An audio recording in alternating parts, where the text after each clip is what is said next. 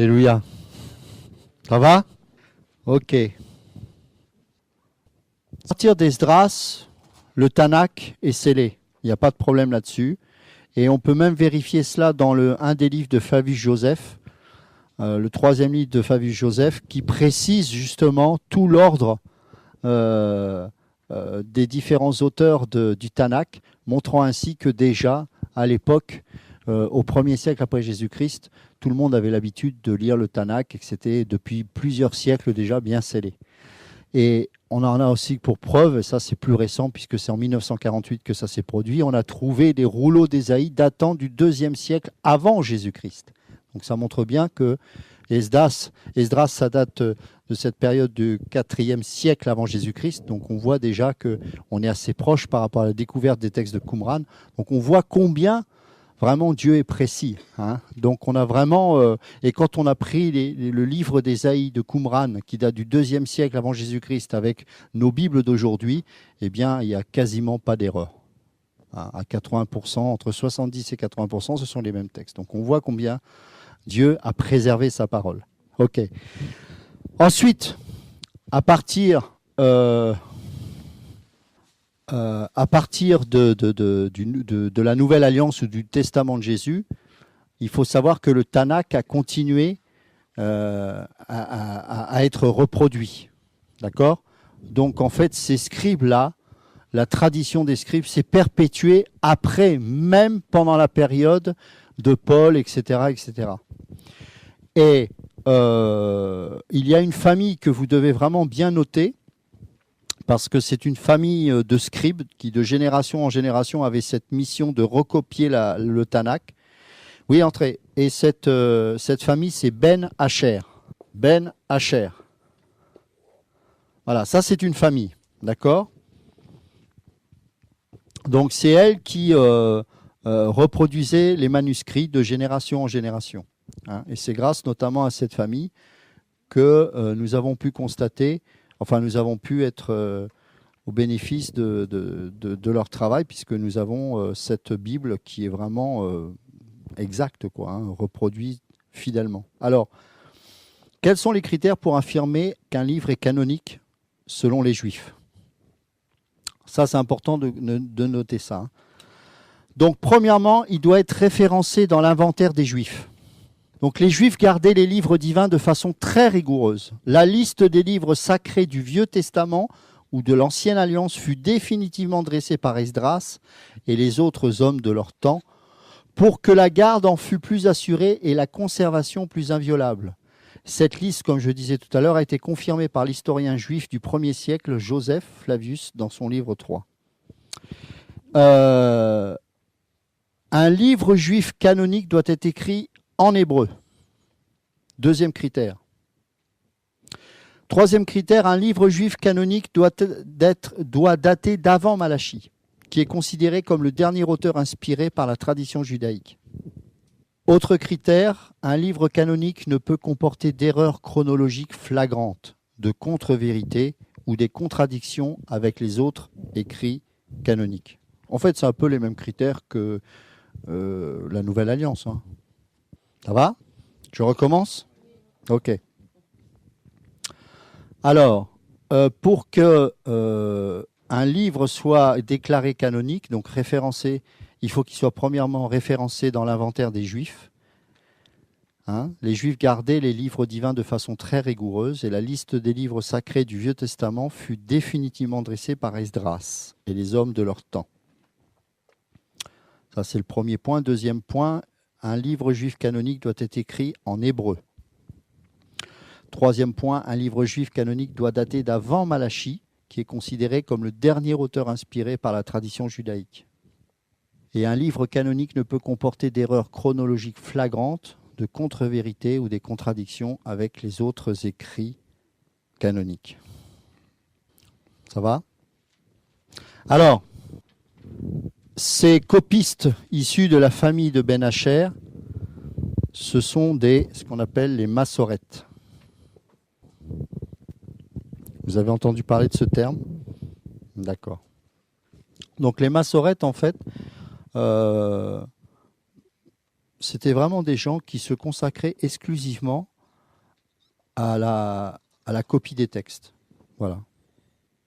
Donc quand on voit la rigueur qu'ils devaient apporter à cela, c'est sûr que ça prenait 90% de leur temps, hein, ça c'est évident. Donc les massorettes. Tout le monde suit, c'est bon? Je vous laisse un peu écrire, parce que je vois que ça gratouille. Je regarde si j'ai quelques infos sur ces massorettes, mais bon, pour regarder sur Internet. Alors, les copistes hébreux, ce qu'on appelle les massorettes. En hébreu, ça veut dire tradition. Ça se dit Massora en hébreu. M-A-S-O-R-A-H.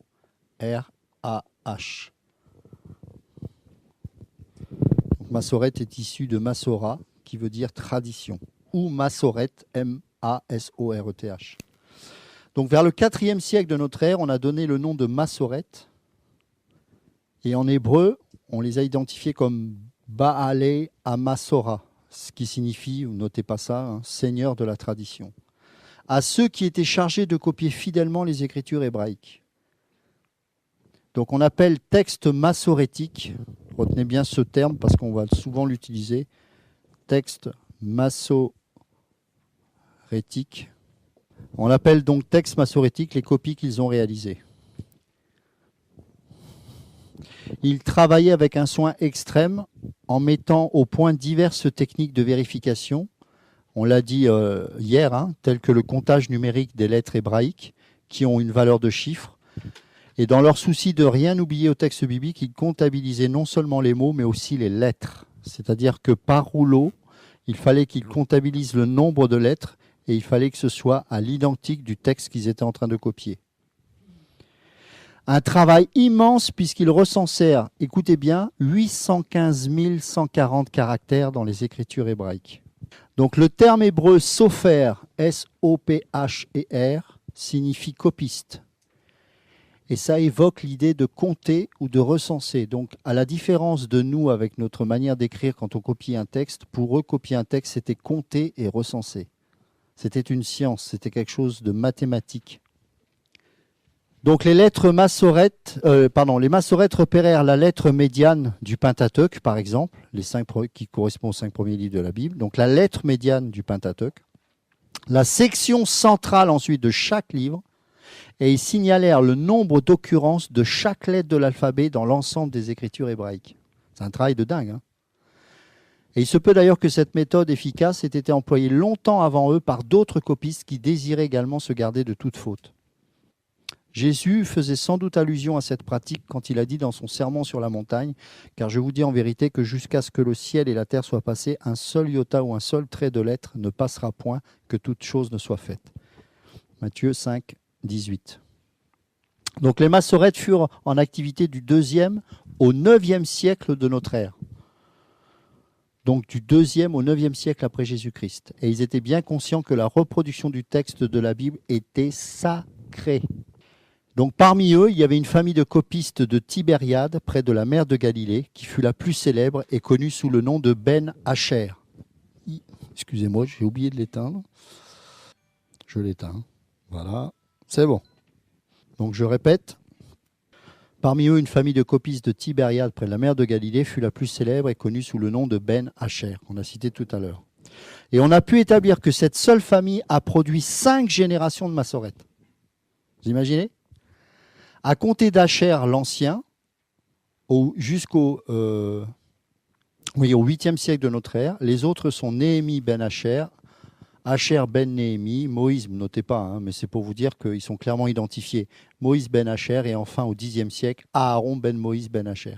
Ces hommes étaient à la tête d'une entreprise visant à arrêter un système d'indices graphiques qui rendrait au plus près ce qu'ils pensaient être la bonne prononciation du texte biblique hébreu. En d'autres termes, c'est eux qui ont commencé à insérer les voyelles pour rendre justement la lecture beaucoup plus accessible. Donc pour mettre au point ces indices, il leur fallait définir les bases du système grammatical de l'hébreu, travail qui jusqu'alors n'avait jamais été entrepris. Aussi pourrait-on ranger les massorettes parmi les premiers grammairiens de l'hébreu. Donc ils ont vraiment développé l'écriture hébraïque moderne. Vous imaginez? Ils ont amené les voyelles, la grammaire, toutes ces choses-là, pour qu'ensuite le peuple hébreu puisse le lire plus facilement. Donc le codex, alors, excusez-moi, familiarisez-vous avec ces mots-là. Codex, ça veut dire livre, hein, tout simplement. Donc le codex qu'on appelle d'Aleppo est peut-être la toute première copie complète du texte massorétique dans un manuscrit et qui date du Xe siècle. Donc finalement, ce n'est pas les textes les plus anciens. Hein. Ce n'est pas ça qui compte. Ce n'est pas parce que vous avez un vieux texte qu'il a une plus grande valeur que ces textes-là. Et justement, on va en parler tout à l'heure, la Septante qui est beaucoup plus ancienne que le fameux, par exemple, le Codex d'Aleppo, eh bien, il est beaucoup moins fiable que celui-ci. Parce que ce texte qui a été recopié de génération en génération n'a quasiment pas d'erreur. Alors que certains textes qui sont plus anciens, eh bien, peuvent être des textes qui ne sont pas exacts. Donc attention, ce n'est pas parce que c'est ancien que c'est mieux. Et on regardera tout à l'heure, si Dieu veut, sinon ce sera demain, l'histoire des textes minoritaires et textes majoritaires. Les textes minoritaires sont beaucoup plus anciens, soi-disant, parce que pour moi ils sont falsifiés. Les textes minoritaires sont soi-disant plus anciens que les textes majoritaires. Et en fait, c'était pour donner plus de crédit à ces textes dits minoritaires. Vous voyez, ils sont plus anciens. En fait, c'est faux. Bon, on développera plus tard cela. Donc, il ne faut pas se faire avoir avec ces histoires. Et ce n'est pas parce qu'on trouve seulement le premier codex datant du Xe siècle qu'il a moins de valeur qu'une autre version du Tanakh hébreu, qu'on parlera tout à l'heure, et qui a été traduit en grec, et qui, lui, est effectivement beaucoup plus ancien, mais malheureusement, dedans, on y voit les fameux apocryphes. On va développer ça tout à l'heure. Donc le codex d'Aleppo est peut-être la toute première copie complète du texte massorétique et qui date du Xe siècle. Alors, d'autres codex ou livres ont intégré ces fameuses copies massorétiques. On y trouve par exemple le codex du Caire, qui date du 9e siècle après Jésus-Christ. Donc c'est un peu plus vieux, mais c'est quand même le 9e siècle après Jésus-Christ. Hein. Donc c'est quand même tard. Donc dans ce codex du Caire, hein, de la ville du Caire, hein, les codex, c'est des livres qui ont été reformés. Donc on a parlé du codex d'Aleppo. Et là, le codex du Caire qui date du 9e siècle après Jésus-Christ. Dedans, on y trouve les livres prophétiques de Josué, aux 12 prophètes. Donc ça, c'est ce qu'on a retrouvé dans ces codex du Caire. Ensuite, ça va, vous suivez là? Deuxième codex qui intègre les textes massorétiques, c'est le codex d'Alep, de Jérusalem. Donc toujours, hein, ces textes-là ont pour origine les textes massorétiques. Hein. Malheureusement, il fut détruit dans les années 50 dans un incendie, donc on n'a plus de traces de ces codex-là.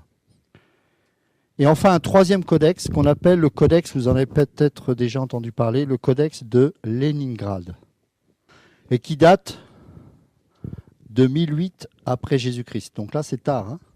Mais c'est la copie la plus complète servant de base aux éditions critiques contemporaines, dont celle d'un monsieur, bon, peu importe, notez pas forcément le nom, de Kittel à Stuttgart. Donc ce codex-là servira de base pour écrire des Bibles récentes. Donc codex de Léningrad. On trouve d'autres fragments courts, mais plus anciens, qui datent du 5e siècle après Jésus-Christ, venant de la synagogue Génisa du Caire. Donc là, on y trouve quelques extraits. Hein. Et on trouve d'autres passages liturgiques du 3e siècle après Jésus-Christ appartenant à la synagogue d'Ura Europos de Mésopotamie. Hein, vous savez que quand le peuple juif s'est dispersé, c'est là que les synagogues se sont constituées. Et on a trouvé, dans certaines synagogues, des extraits des textes massorétiques. En fait, ils ont recopié, et puis toutes ces copies ont été diffusées un peu partout, bien évidemment. Hein. C'est un peu le même principe que les épîtres de Paul, par exemple. Donc les originaux, tant pour les épîtres de Paul, les évangiles ou le Tanakh, n'existent plus depuis bien longtemps. Ce sont les originaux qui sont inspirés, bien sûr. Les copies, ce sont des hommes, heureusement, qui ont recopié ces textes.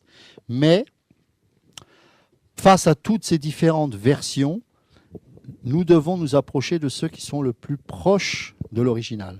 En l'occurrence, les massorètes, c'est une source fiable. Pourquoi ? Parce qu'on peut voir que de par leur manière de recopier les textes, leur discipline, etc., il y a très peu d'erreurs. Et comment on peut le savoir ?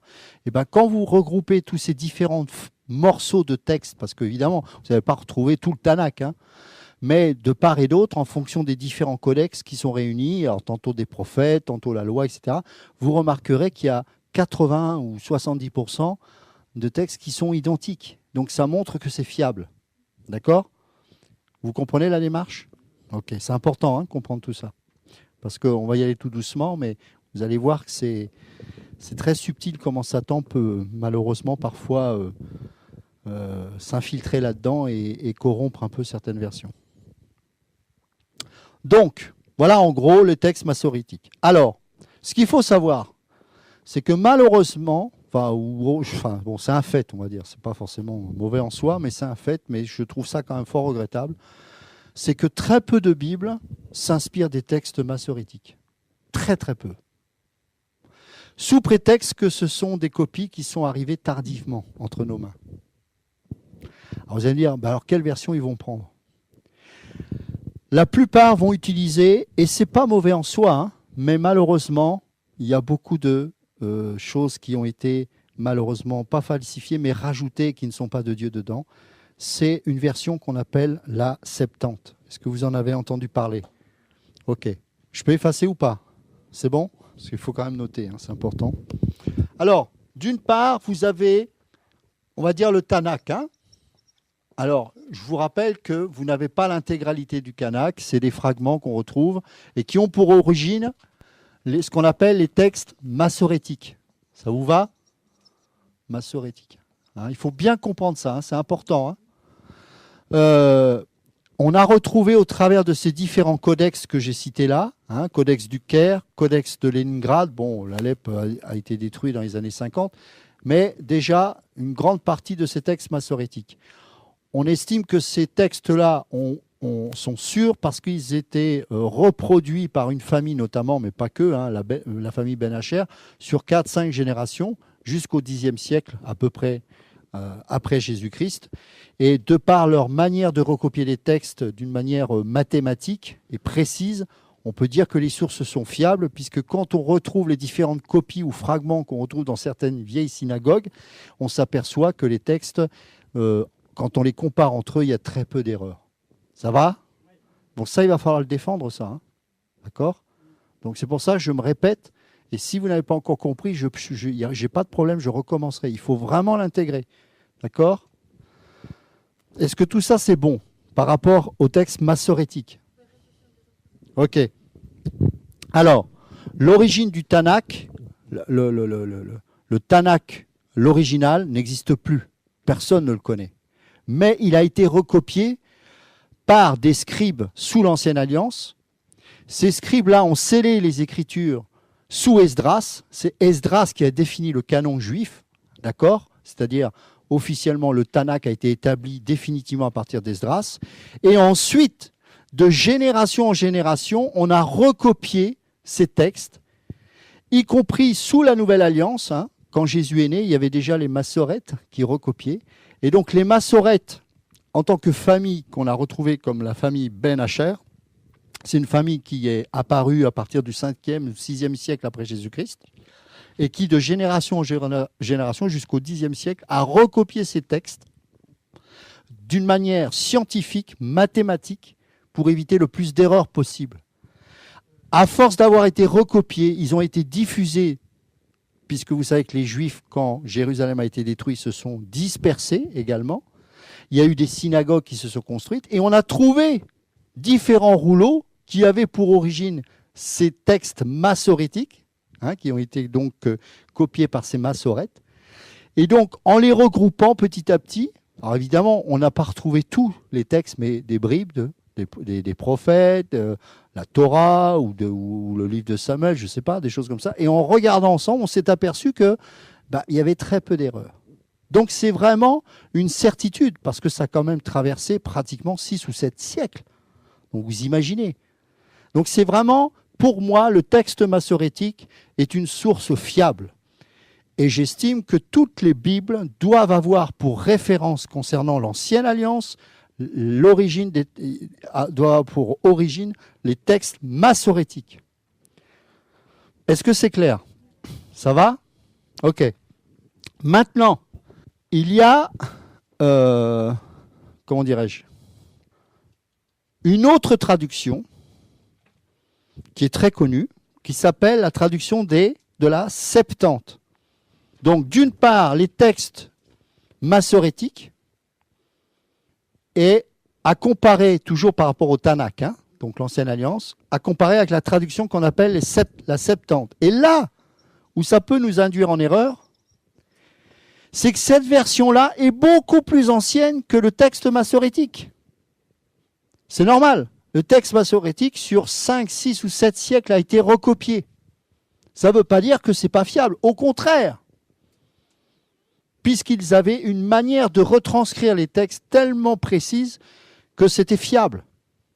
Je dirais la famille Ben Hacher, 4 ou 5e siècle, mais je pense que bien avant déjà, il y avait des copistes. De toute façon, même quand Esdras a scellé le canon des Écritures, il y a toujours eu des copistes. Non, les Massorètes, c'est issu de cette famille-là, entre autres, et la date exacte... la famille Hacher a opéré à partir du 8e siècle de notre ère jusqu'au 10e. Mais je dirais que bien avant, il y avait encore déjà des massorètes avant eux qui travaillaient déjà, hein, puisqu'ils étaient en activité à partir du 2e siècle.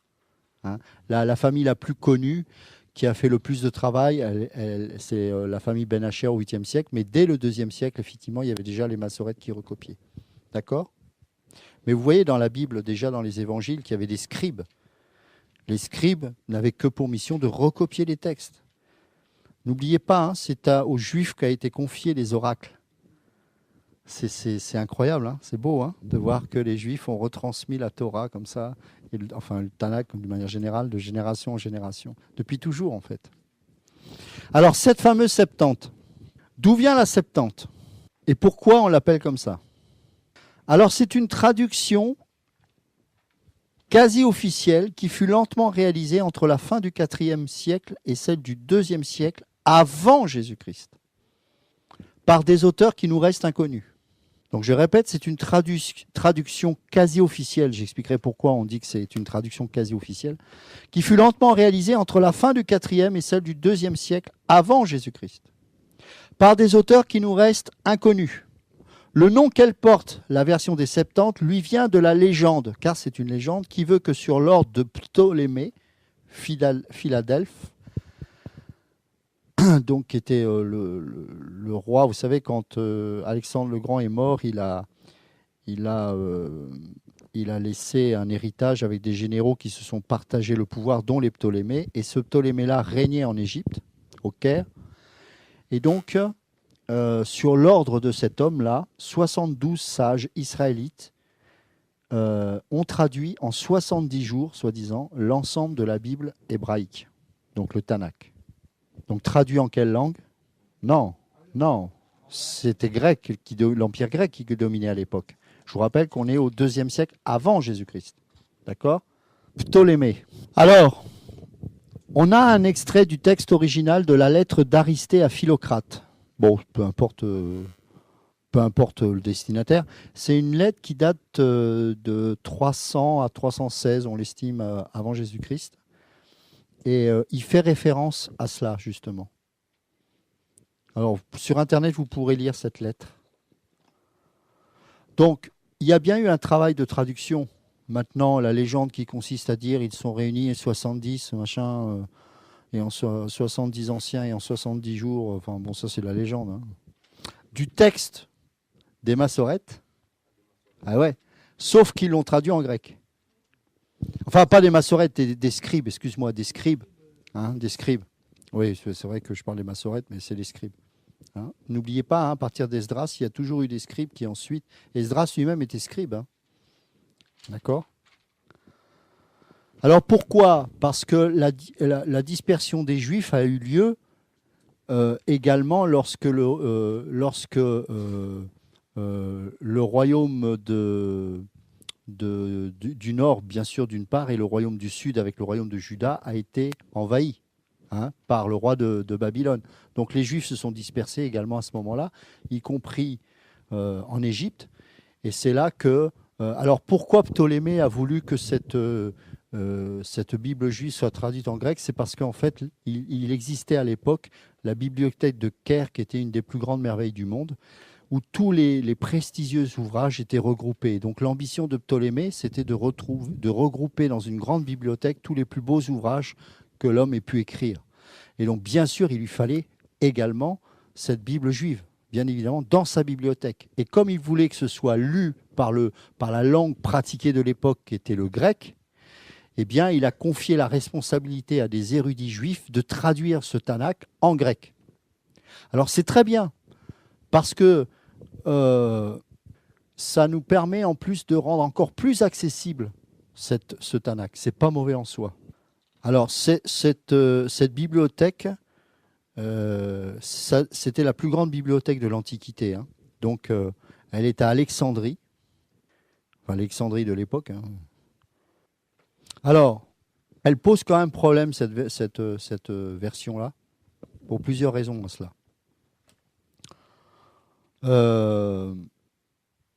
Déjà, c'est malheureusement une version où on a intégré des textes qui ne font pas partie du canon des Écritures. Alors, est-ce que vous savez ce qu'on y trouve à l'intérieur, hormis le Tanakh? Deutérocanonique. Donc, ce sont des livres, j'essaie de retrouver la liste là, j'ai noté quelque part, tout entière, parce que, ah voilà, c'est ça, super. Voilà. Donc, dans cette Septante, malheureusement, on y trouve... Alors, ce sont des livres qu'on peut utiliser parce que des fois, il y a des... Par exemple, le livre des Maccabées, il y a l'histoire des Maccabées, il y a des choses, si on veut, des éléments historiques, c'est intéressant. Mais par contre, l'Église catholique a utilisé ces fameux livres pour développer des doctrines complètement diaboliques. Alors, ça, c'est ce qu'on a trouvé dans la Septante. Donc, on y trouve le Tanakh, ça, il n'y a pas de problème. Et d'ailleurs, quand on a trouvé les écrits, les rouleaux d'Ésaïe à Qumran en 48, on a trouvé un extrait en grec, ce qui laisserait croire que c'était aussi un extrait qui viendrait à la Septante. Et en comparant cette version-là avec l'hébreu, on a trouvé également très peu de différence. Donc, ce n'est pas ça qui me pose problème. C'est ce qu'on a rajouté dans cette Septante qui me pose problème. C'est pour ça que Satan est subtil. Ne dites pas que la Septante est corrompue. Elle ne l'est pas corrompue.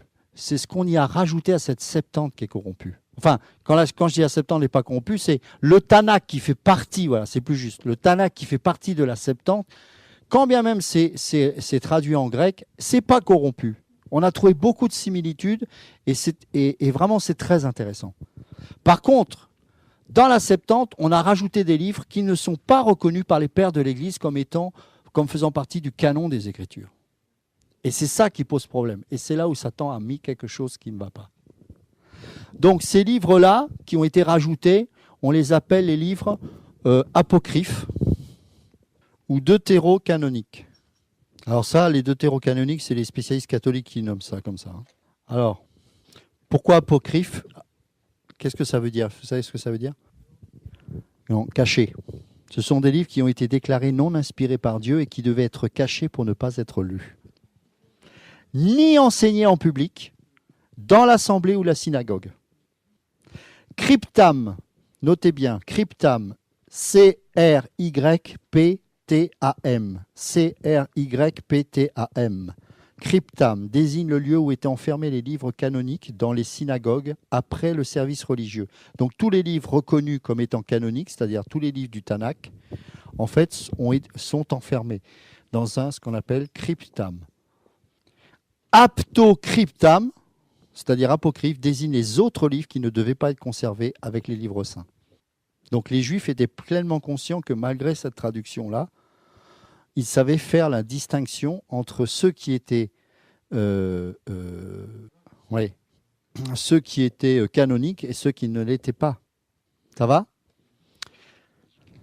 Alors, pardon. En fait, c'était un coffre, hein, donc ça vient d'apocryphe en fait. Hein. Et apocryptam, ça désigne les autres livres qui ne devaient pas être que conservés avec les livres saints. Donc qui ne devaient pas être dans ce coffre-là avec les livres saints. Parce que ça allait souiller les livres saints. D'accord? Alors, voilà, c'est ça. Donc, je vais vous le citer. Alors, je ne vais pas vous l'écrire parce que j'ai plus la place, mais notez bien, c'est important. Parce que dans toutes les Bibles catholiques, ces livres apparaissent. Donc, ces livres apocryphes, qui ne sont pas, encore une fois, hein, j'insiste bien là-dessus, reconnus comme étant canoniques. Vous y trouvez, alors notez bien maintenant, les 3e et 4e livres d'Esdras. 3e et 4e livres d'Esdras. Le livre de Tobie, T-O-B-I-E. Le livre de Judith, J-U-D-I-T-H. La Sapience de Philon, S-A-P-I-E-N-C-E. La Sapience de, plus loin, Philon, P-H-I-L-O-N. L'Ecclésiastique de Philon, P-H-I-L-O-N. L'Ecclésiastique, comme un ecclésiastique, de Jésus, Sirac. Donc Jésus est le prénom, Sirac le nom de famille. L'Ecclésiastique de Jésus, Sirac. Alors Sirac, ça s'écrit S-I-R-A-C-H. Le livre de Baruch, B-A-R-U-C-H. B-A-R-U-C-H. 7 chapitres d'une addition au livre d'Esther. Donc 7 chapitres qu'on a rajoutés au livre d'Esther. On a fait quelques rajouts dans le livre de Daniel, comme par exemple la prière de Azarias, A-Z-A-R-I-A-S. Donc ça, c'est un rajout au livre de Daniel. Et le cantique des 3 jeunes hommes dans la fournaise. Le cantique des 3 jeunes hommes dans la fournaise. Donc ça, c'est des livres complètement hérétiques, hein, qui ont été rajoutés au livre de Daniel. Donc, la prière de Azarias et le cantique des 3 jeunes hommes dans la fournaise. Oui, bien sûr, oui.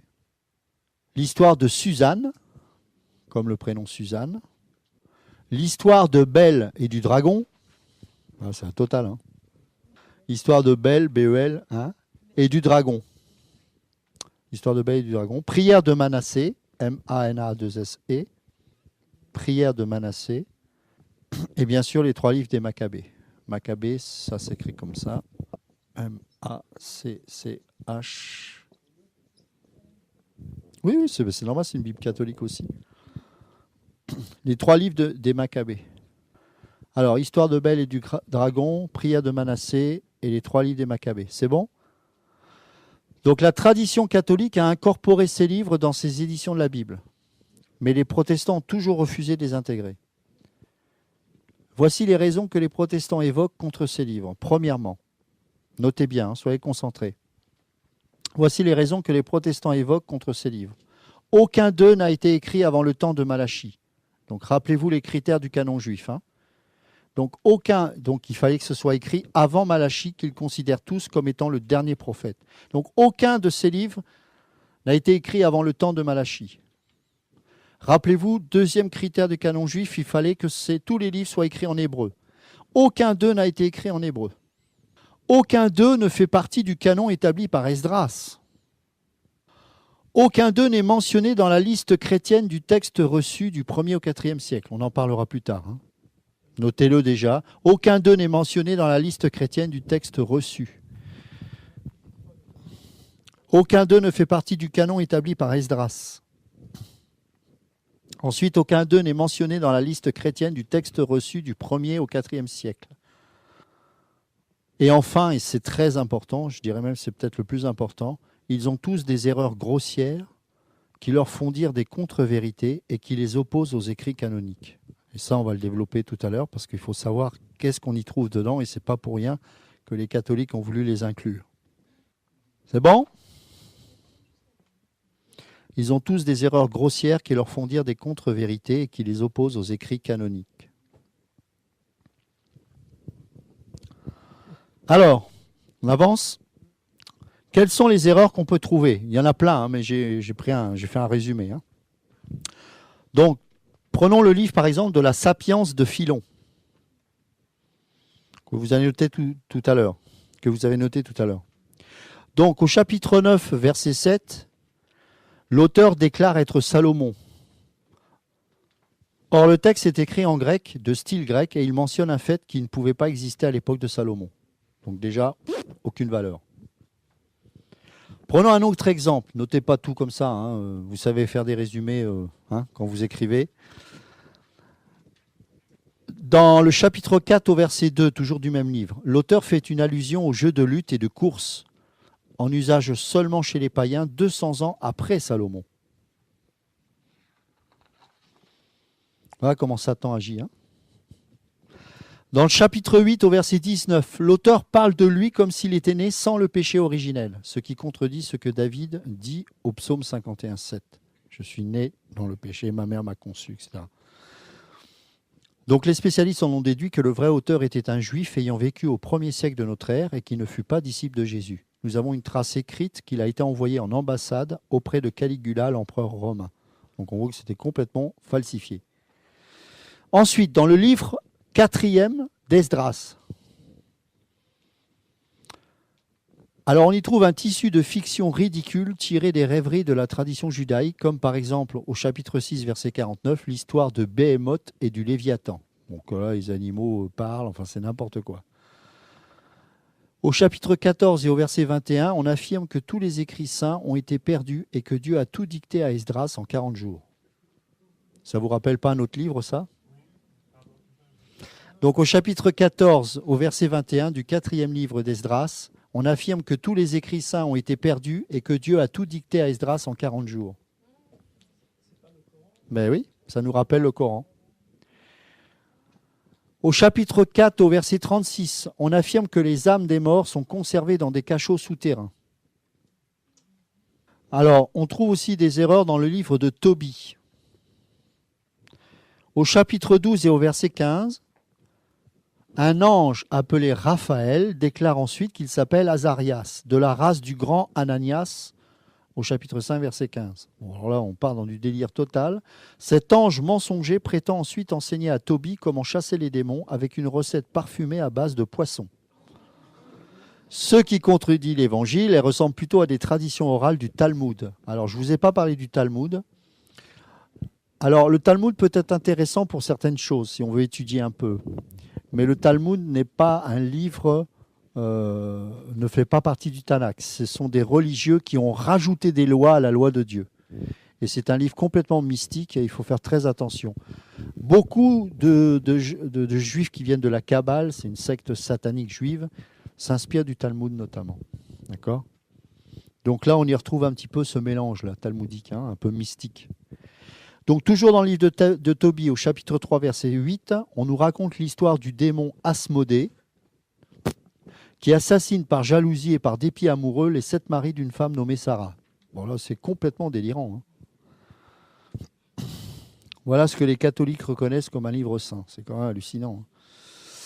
D'autres erreurs dans le livre de Judith. Alors dans ce livre, le texte prétend se dérouler à l'époque de Nabuchodonosor, mais aucune mention n'est faite dans le livre des Chroniques ou dans ceux des rois concernant ce texte. Au chapitre 10, verset 11 et au chapitre 11, verset 4, Judith se défend contre Holoferne et son peuple par une longue succession de mensonges, ce qui contredit le 9e commandement d'Exode, chapitre 20, verset 16, par rapport aux mensonges, tu ne mentiras point. Et elle n'hésite pas à utiliser le nom de Dieu pour renforcer ses mensonges, chapitre 11, verset 4 de Judith. Elle parjure même le nom de Dieu contre le commandement, bien sûr, d'Exode 20, verset 7. Toujours dans ce même livre, au chapitre 9, verset 13, Judith demande à Dieu de bénir ses mensonges et prend pour exemple le mensonge de Siméon en Genèse 34, 25. Or, ce mensonge fut condamné par Jacob en Genèse 49, 5. D'autres erreurs dans l'Ecclésiaste de Jésus Sirac. Alors, en sa préface au verset 5, l'auteur prie pour qu'on lui pardonne ses éventuelles erreurs car il relate des faits transmis par son grand-père. Ce préambule est inconcevable chez un vrai écrivain sacré inspiré par l'Esprit de Dieu, bien évidemment. Au verset 8 du prologue, son allusion au roi égyptien Évergétès contredit toute vérité historique dans les dates. Au chapitre 1, verset 7 et au chapitre 24, verset 10, il déclare que la sagesse de Dieu a été créée, ce qui contredit l'éternité de la sagesse en Proverbe 8, 22, bien évidemment.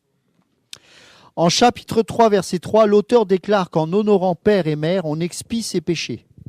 Bah voyons.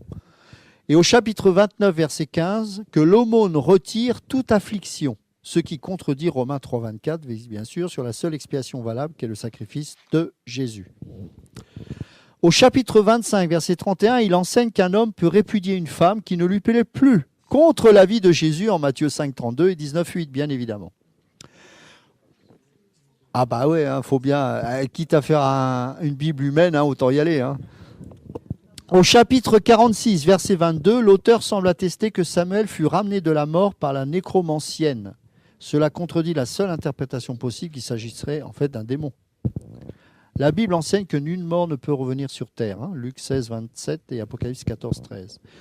Alors, dans le chapitre 48, verset 10 de ce même livre, l'auteur affirme que le retour d'Élie se fera avant la venue du Messie, selon une tradition répandue parmi les Juifs. Mais cela est en complète contradiction avec ce que dit Jésus en Marc, chapitre 9, verset 11. Bon, il y a plein de choses encore. Par exemple, il y a le purgatoire. C'est pour ça que les catholiques croient au purgatoire. C'est parce que c'est dans le... Je ne sais plus dans quel livre d'ailleurs, mais dans les livres apocryphes. C'est juste une retransposition. En fait, au concile de Nicée, Constantin, qui n'était pas chrétien pour un sou, et qui était un païen, qui adorait le dieu soleil d'ailleurs, c'est pour ça qu'il y a la venue de l'hostie dans l'église catholique, puisque en mangeant l'hostie, tu manges un démon, c'est le dieu rat. Parce que Constantin était un idolâtre, et notamment aussi d'Astarté, et plus tard de la Diane d'Éphèse. Et plus tard de la Vierge Marie. C'est le même démon, en fait. Tu comprends? Donc, en fait, le catholique, c'est un résumé du paganisme ambiant qu'on pouvait trouver. Quand tu vas à la basilique Saint-Pierre, tu as tous les démons qui sont représentés. Voilà. Tu as l'autel qui est un temple grec. Vas-y, c'est intéressant, c'est vraiment intéressant si tu peux.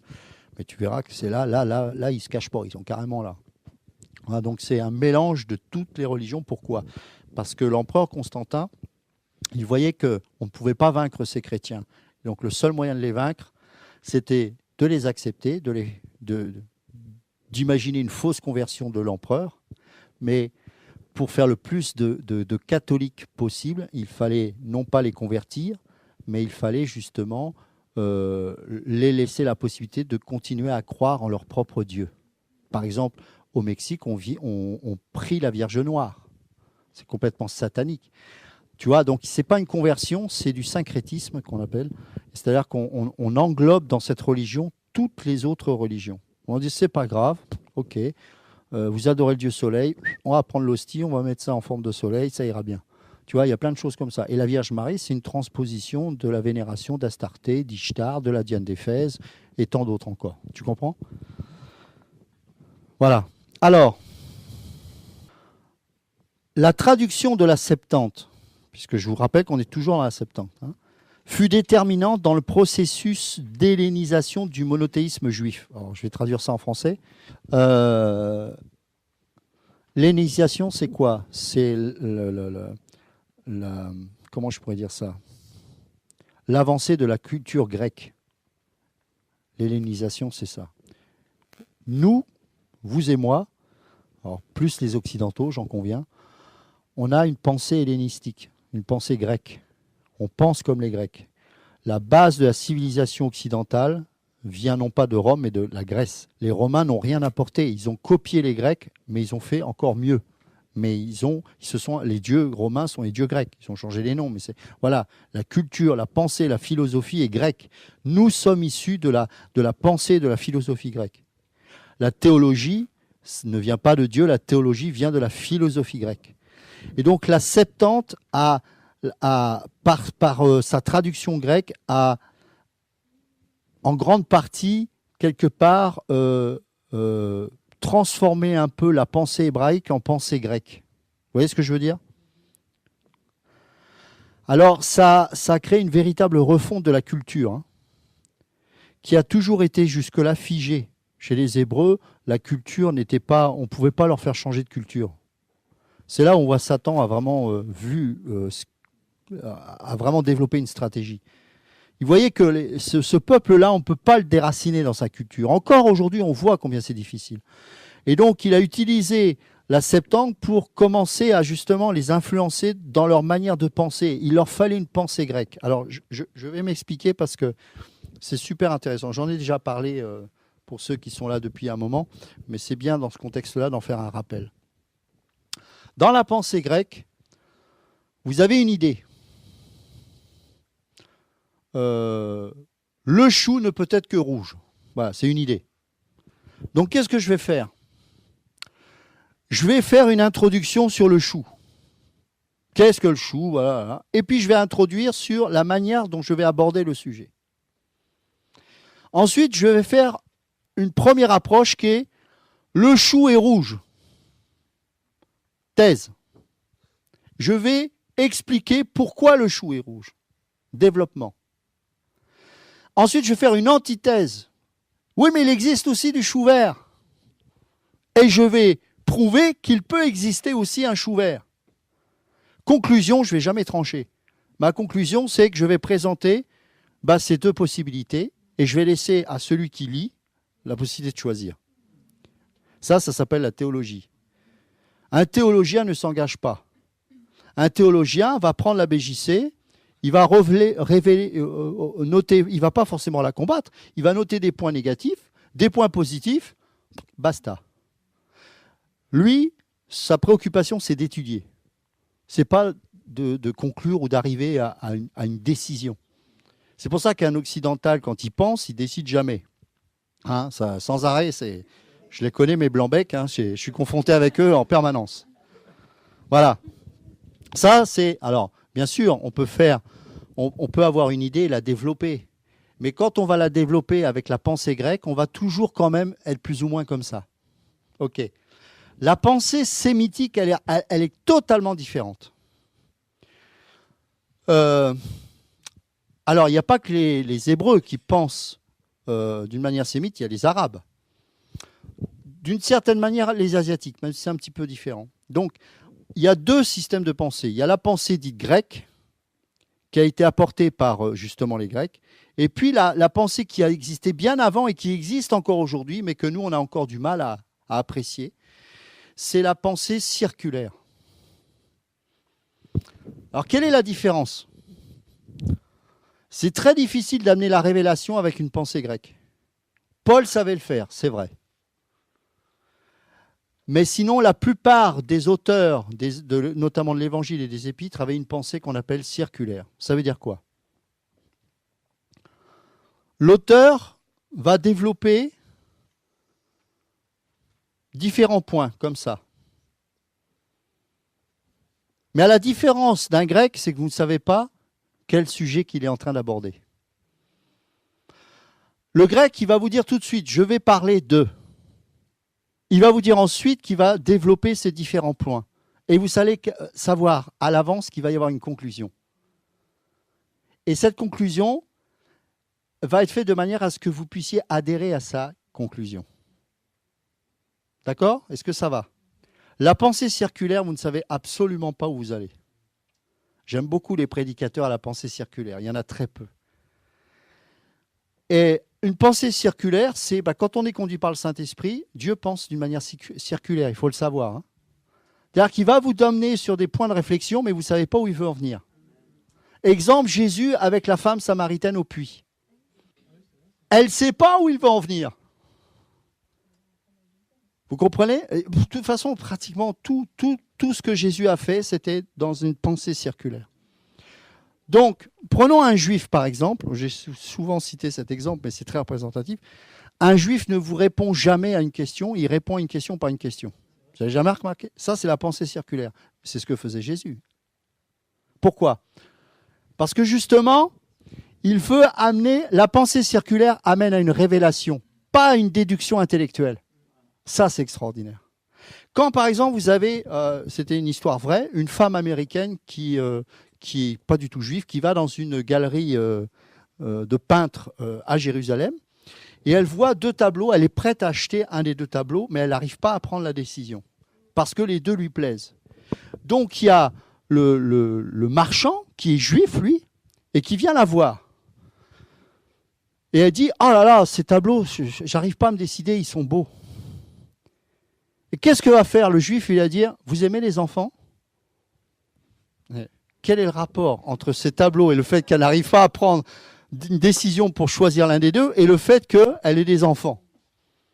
Donc lui, il sait où il va en venir.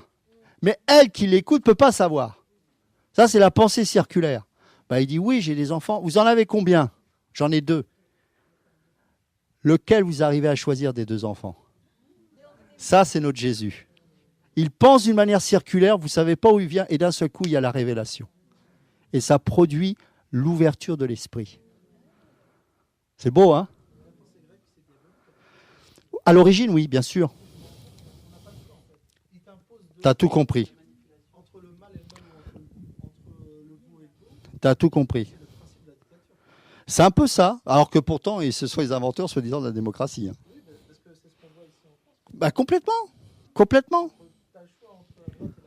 En fait, c'est la manipulation mentale, c'est-à-dire qu'on te pousse au raisonnement. Alors que la pensée circulaire, si tu n'as pas au départ la révélation, tu sais pas, tu peux pas manipuler quelqu'un comme ça. D'accord?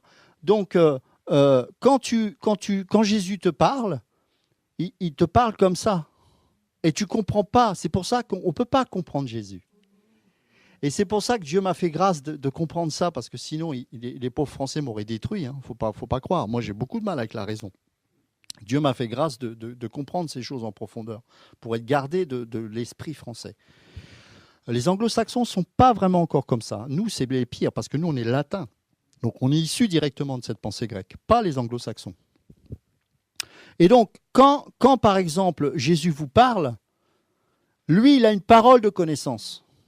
Donc, il n'a pas à vous expliquer où il veut en venir. Il est Dieu. Donc, il connaît les choses. Par contre, vous êtes humain, comme moi. Je pense. Hein. Dites si je me trompe. Donc, quand il vous parle avec la connaissance de Dieu. Mais vous pensez avec une pensée humaine. Donc, on ne peut pas se rejoindre. Donc, quel est le rapport entre le fait de savoir si j'ai des enfants et ce tableau que je n'arrive pas à choisir? Parce que lui, il sait où il veut vous emmener. La pensée circulaire. Et quand vous arrivez à la fin, Salomon, exactement, ça c'était la sagesse de Dieu. Regardez, exactement, très bon exemple, merci Seigneur. C'est effectivement quand il doit juger par rapport au bébé. Voilà, ça c'est la pensée circulaire. Imaginez, alors nous évidemment on connaît tellement l'histoire qu'on sait où on va en venir, mais imaginez, vous ne connaissez pas l'histoire, mais qu'est-ce qu'il est en train de faire là? Pourquoi il veut tuer? La révélation. La sagesse d'en haut. Pas la sagesse qui nous vient de l'âme, mais la sagesse de Dieu. Donc la pensée circulaire. Pourquoi? Quel est le rapport avec le Tanakh? Le Tanakh est circulaire. Les seuls épîtres qui ne sont pas circulaires, encore que, ce sont les épîtres de Paul. Sauf que Paul avait cette grâce d'avoir ces 2 pensées. De par ses origines, parce qu'il était juif, de la tribu de Benjamin, il pensait et il méditait la parole d'une manière circulaire, parce que c'était comme ça, mais Dieu lui avait fait cette grâce de pouvoir transcrire cette pensée-là au monde grec de l'époque. Non mais Paul, c'est quelque chose. Hein. Il faut comprendre. Quand vous lisez Romains, c'est une démonstration intellectuelle de la puissance spirituelle de Dieu. C'est un truc de fou. Pourquoi? Parce que Dieu lui a donné cette capacité d'utiliser la sagesse grecque pour toucher le monde grec de l'époque. C'est pour ça qu'il disait, avec les Juifs, je me suis fait juif, et avec les Grecs, je me suis fait grec. Mais il n'a pas fait ça d'une manière vestimentaire. Il a fait ça au niveau de sa prédication.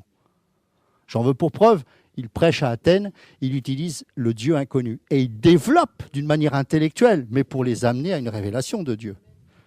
D'accord? C'est pour ça qu'un bon français de souche ou un italien bien latin avec une pensée grecque peut aussi être utilisé par l'Esprit de Dieu. Il n'y a pas de problème, ce n'est pas un obstacle à Dieu. C'est juste qu'à l'origine, Dieu est un Dieu de révélation. Et que donc, si on a cette pensée-là, on ne doit jamais oublier que dans ces choses-là, Dieu doit se révéler quand même. C'est pour ça que la théologie, vous devez fuir. Parce que on ne peut pas comprendre quelqu'un qui est ressuscité. Ce n'est pas possible. Je peux disséquer une grenouille qui est morte, hein, je l'ai fait en science. Je peux même prendre une mouche, ça s'appelle des bestioles qui marchent sur l'eau, les insectes. Là. Des fois, je prenais mon stylo et je les noyais comme ça. Bon, voilà, mais c'est ce qu'on fait avec Dieu parfois.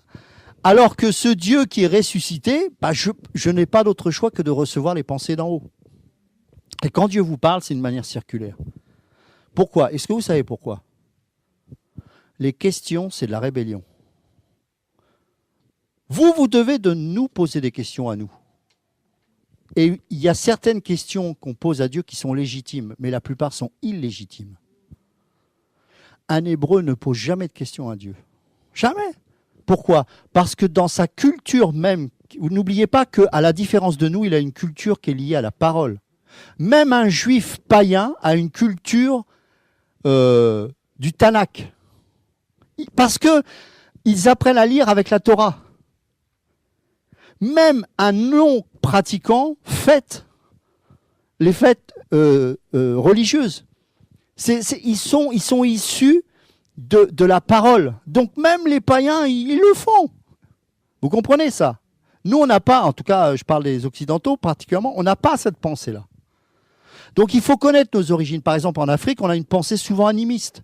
C'est pour ça, ne vous laissez pas bluffer. Il y a très peu d'Africains, pas plus que les Blancs non plus d'ailleurs, hein, convertis réellement. Pourquoi? Parce que moi, je me rappelle que quand mon pasteur m'enseignait, il disait « Fais attention en Afrique parce que beaucoup de pasteurs ne sont pas en fait chrétiens, ils sont animistes. » C'est-à-dire qu'ils prient comme des animistes, ils utilisent Jésus comme un démon en plus. D'accord? Il faut connaître ces cultures-là parce que ça vous donne le discernement. Ce n'est pas pour condamner, c'est pour justement amener ces gens à rencontrer non pas un esprit de plus, mais un Jésus de profondeur, le seul véritable Dieu. Nous, par exemple, quand on prie, on a l'impression que c'est des intellos qui prient. C'est pas possible. Donc, chaque culture, voilà. Et Dieu veut casser ça petit à petit en nous. Il veut nous amener à une profondeur. Donc, on doit connaître toutes ces choses. Et quand on lit la parole, on doit la lire avec cet arrière-plan, que Dieu a une pensée circulaire. Et donc, le juif, dans sa culture même, il a une culture de la parole.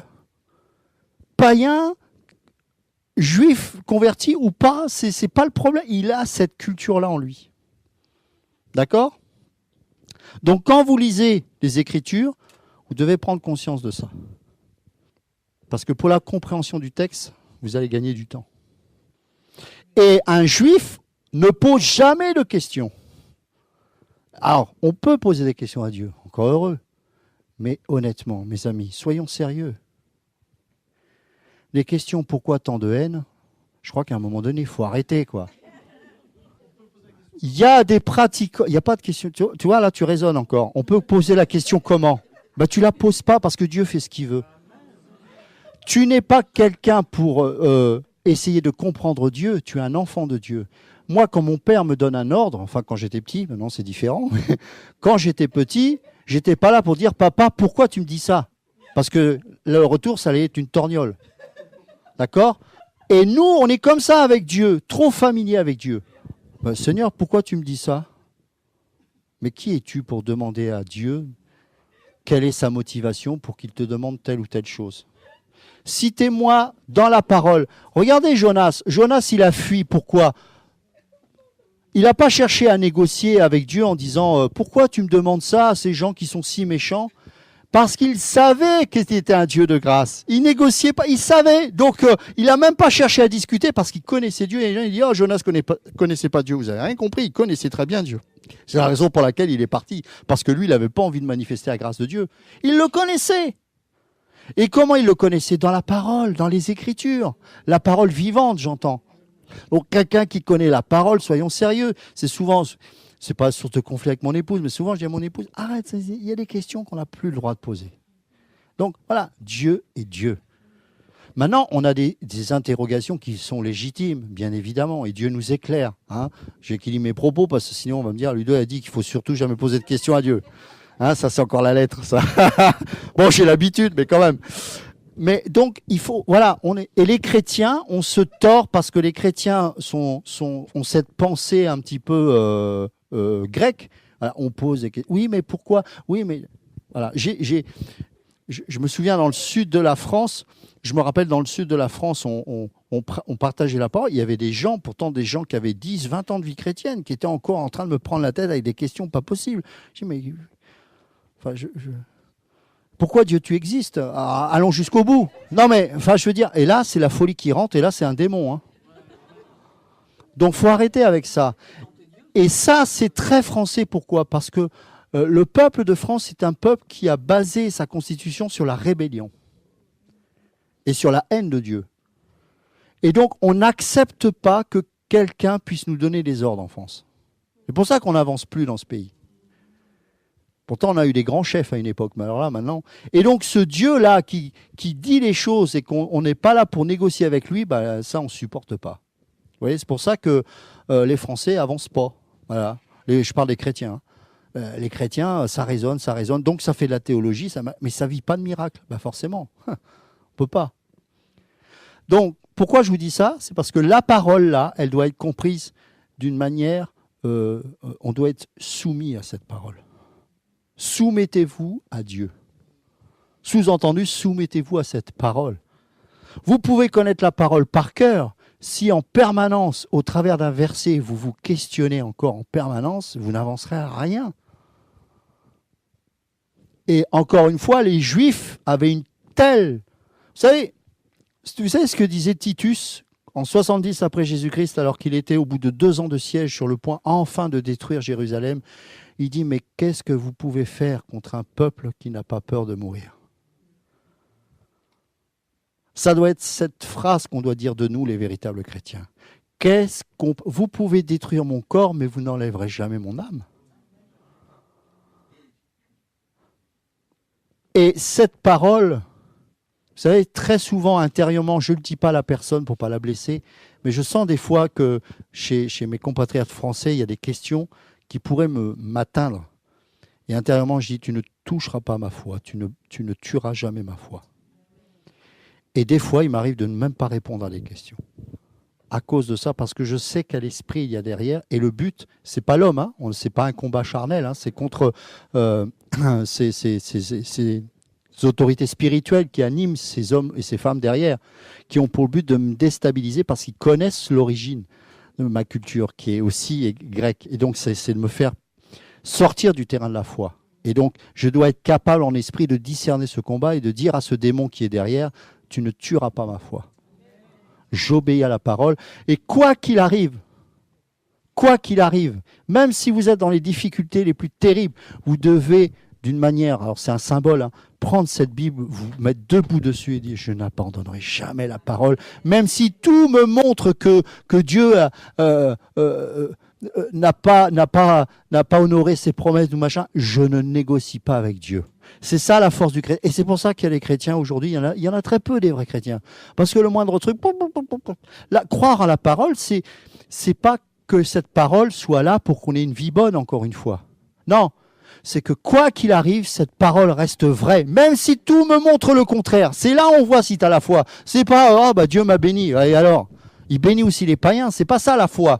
La foi, c'est que quand tout te montre que Dieu n'est plus là, tu dis, il est là. Voilà. Pourquoi? Parce que la parole déclare qu'il est là.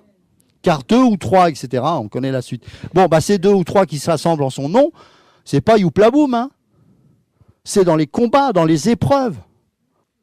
Donc cette parole-là, chez les Hébreux, c'était quelque chose d'important. J'en veux pour preuve, bon, je l'ai déjà cité, mais c'est dans le contexte encore de la Torah. Quand un enfant passait à l'âge adulte, ça s'appelle la bar mitzvah. Ils le font encore aujourd'hui. Comment ils introduisent cette bar mitzvah? Le rabbin présente devant le jeune homme qui devient adulte, à ce moment-là, c'est symbolique hein, évidemment, 2 pains d'épices en forme de Torah. Et ces pains d'épices sont couverts de miel. Donc les 2 pains d'épices, bien sûr, représentent les tables de la loi, et le miel nous parle de la révélation. Hein. Eh bien, ensuite, il présente ces 2 pains d'épices au jeune homme, et il lui dit, donc il lui fait mine de manger cette parole, et au moment où il la mange, il dit, goûte comme la parole de Dieu est bonne.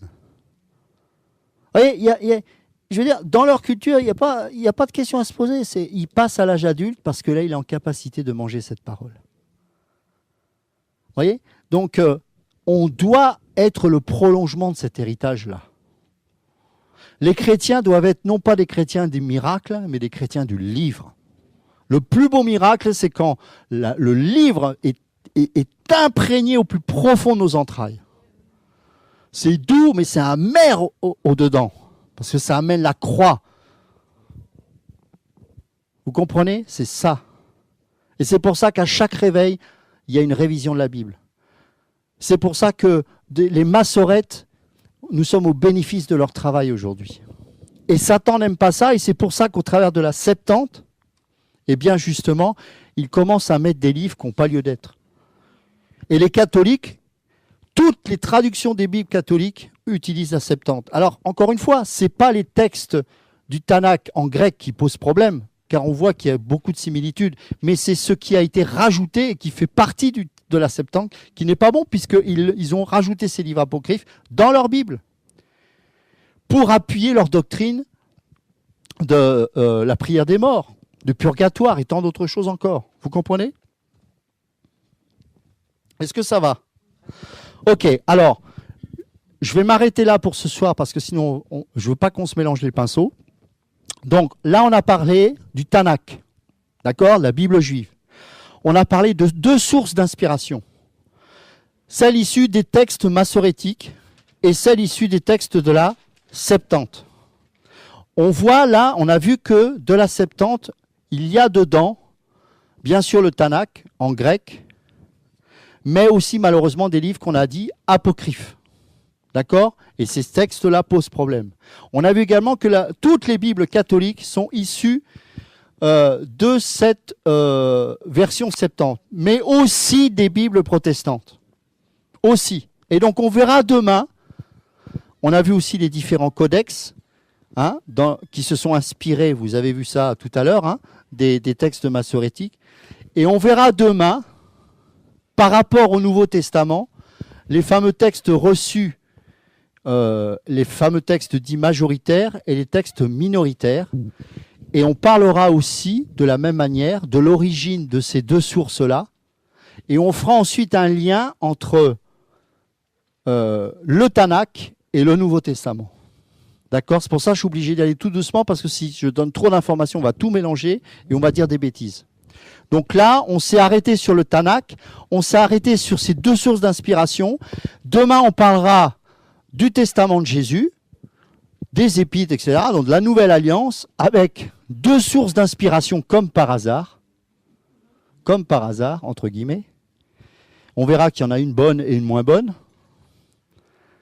Et on verra que la moins bonne a été utilisée à mauvais escient pour des buts bien particuliers, tout comme la Septante dans certains cas. À la différence, c'est que la Septante, elle est quand même beaucoup moins corrompue. Si on enlevait les apocryphes, il n'y aurait quasiment plus de problème. Alors que le texte minoritaire pose beaucoup de problèmes et on abordera. Alors là, il faudra prendre beaucoup de notes parce que là, on va être dans le dur. Et je pense qu'il faudra au moins la session de jeudi et de vendredi pour aborder ces sujets-là. D'accord ? Donc soyez affûtés, taillez vos crayons. Les neurones vont chauffer un peu. Alors, je vais faire un direct ce soir. Je ne vais pas parler de ça, mais j'ai à cœur un sujet par rapport au sujet, l'introduction que j'ai faite hier. Je pense que le Seigneur veut vraiment qu'on parle de ça. Ceux qui veulent se joindre à moi au direct tout à l'heure, ce sera avec plaisir, il n'y a aucun problème. Hein ? Voilà, donc il y en a... On va démarrer dans 10 minutes jusqu'à 9h30. 9h30, 10h moins le quart au maximum. Voilà, ça va? C'est bon? Pas trop dur? Ok. Voilà, amen. Hein, pensez bien aussi cette notion de pensée circulaire et pensée grecque. Hein, ça va vous aider. Si on a le temps, je dis bien si on a le temps vendredi, on prendra 2-3 exemples de Jésus avec cette pensée-là et comment ça se passe à ce niveau-là. Hein, soyez bénis, bonne soirée.